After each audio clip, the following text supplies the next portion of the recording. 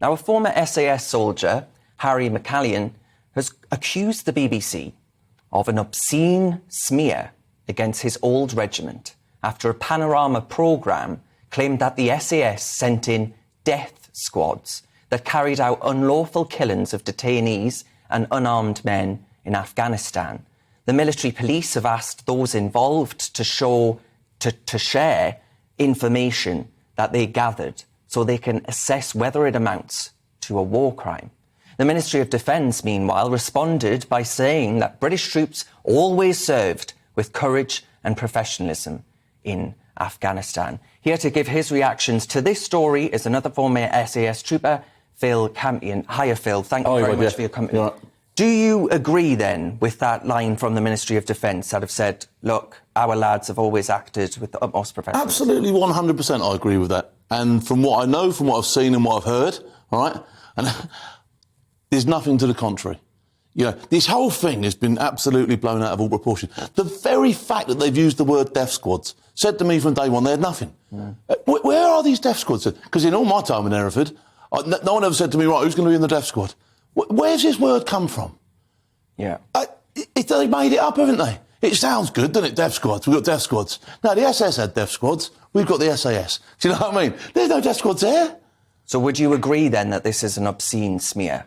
Absolutely. An unfounded one as well. You know, when you looked at the programme itself and broke it down, they had an Australian signaller, all right?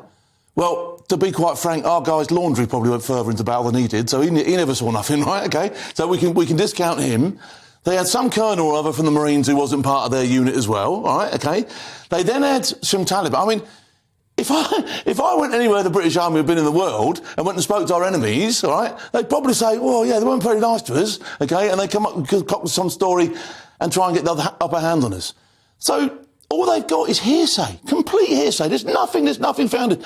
So from my point of view at the moment, I'd like to see an investigation the other way. I'd like to know why, when the MOD have asked them not to present something like that, OK, unless it's founded and absolutely solid concrete, why have they been allowed to do that? Why have they been... Phil Shiner, and I'm sorry if I'm taking your thunder a little bit, Phil Shiner, OK?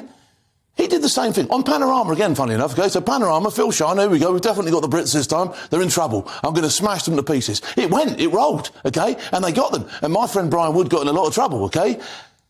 And then all of a sudden, oh, actually, that's not too credible. This didn't happen, that didn't happen. Who was he? And then all of a sudden, now Shiner's in court and he's getting done. All right, he's already been found guilty. So is that what you're predicting is going to happen this time? I can't see anything else but... Have the BBC got a case to answer then? I think the BBC have got a case to answer. Yeah, let's turn it on its head.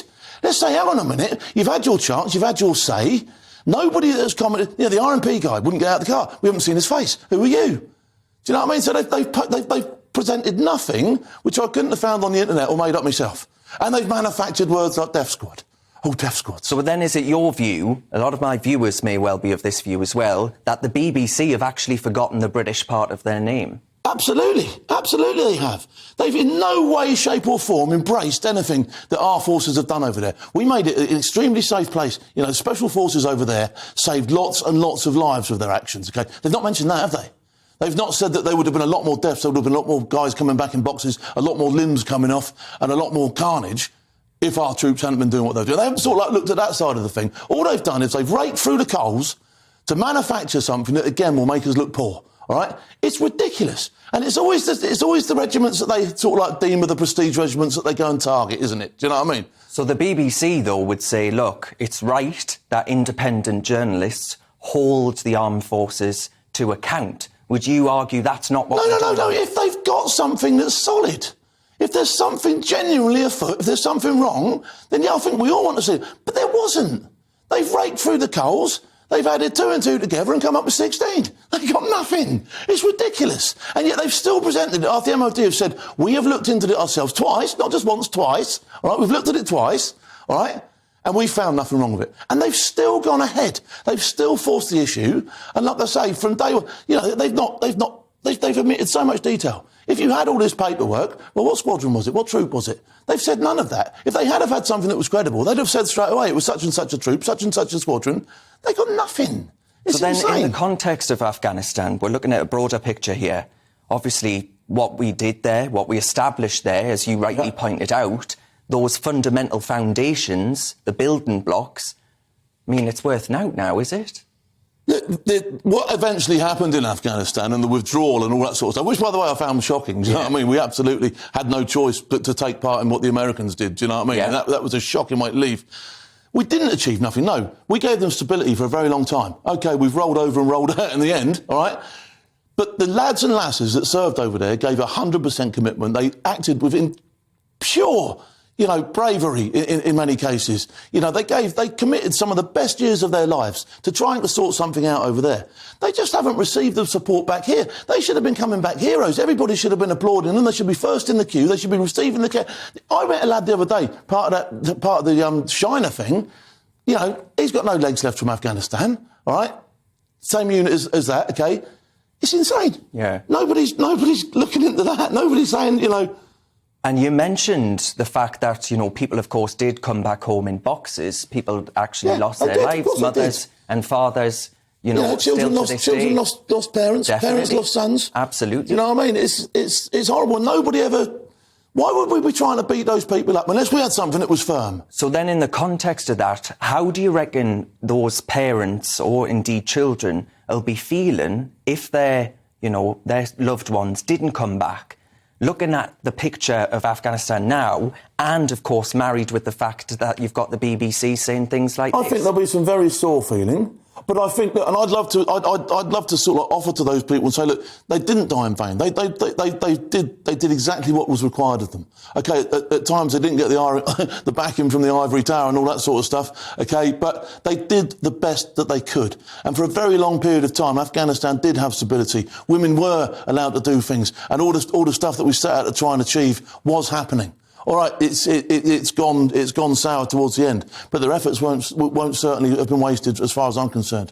And then, Phil, I'm wondering, you mentioned there about the fact that once the Americans pulled out of Afghanistan, there was nothing we could do, right? That was it. We had to withdraw with them alongside them. Yeah, we could. But do you reckon that raises a more fundamental question, really, about the fact that our armed forces currently, can it actually sustain a war? No, I think, right, so if you look at Afghanistan, I'm a bit sort of like far down the food chain to be commenting, and I'm probably going slightly above my pay grade here, right? OK, and I'll be honest about that. But if you look at things like mission creep, we started off, we got rid of the Taliban initially, and then we sort of like crept out, and then we went here, then we went there, and then we sort of like started getting broader and broader. So there were probably, at the very top, mistakes made, all right? That's war, OK? No battle ever survives the first contact. It always ends up something different to what it started. I get that, OK? So the whole thing's been a very difficult thing from start to finish. Mm-hmm. But to say that people didn't achieve anything, and to certainly lay into them when they get home, is absolutely disgusting. Yeah, and I guess you would say to the BBC, look, you try life in a war. I'd say to the BBC, you get yourself on the front line, you try and do that job, and you can come to me for your payment for your TV losses, because I ain't paying it no more. Absolutely is that not. You done? No, I'm done with them. I don't watch them anyway. They tried to get me on the news night, the night they aired that. Absolutely no chance. All the tea in China won't come on your programme. And what did you think of those that did appear on the programme? Again, they were offering stuff. It was all veiled. It was all hearsay. There was nothing substantial. So you got to question why they were on there. Did you need the dough? Do you know what I mean? Because I don't want your dough. It's filthy money as far as I'm concerned. I'd sooner sit outside with nothing than take their dough. I think a lot of people are turning away from the BBC, and I think this will just give further ammunition to that argument. You've got to question why you're paying them. Yeah. Do you know what I mean? Why should I pay you? I don't even watch you. Yeah. Do you know what I mean? Do what everybody else has to do. Go and earn a living.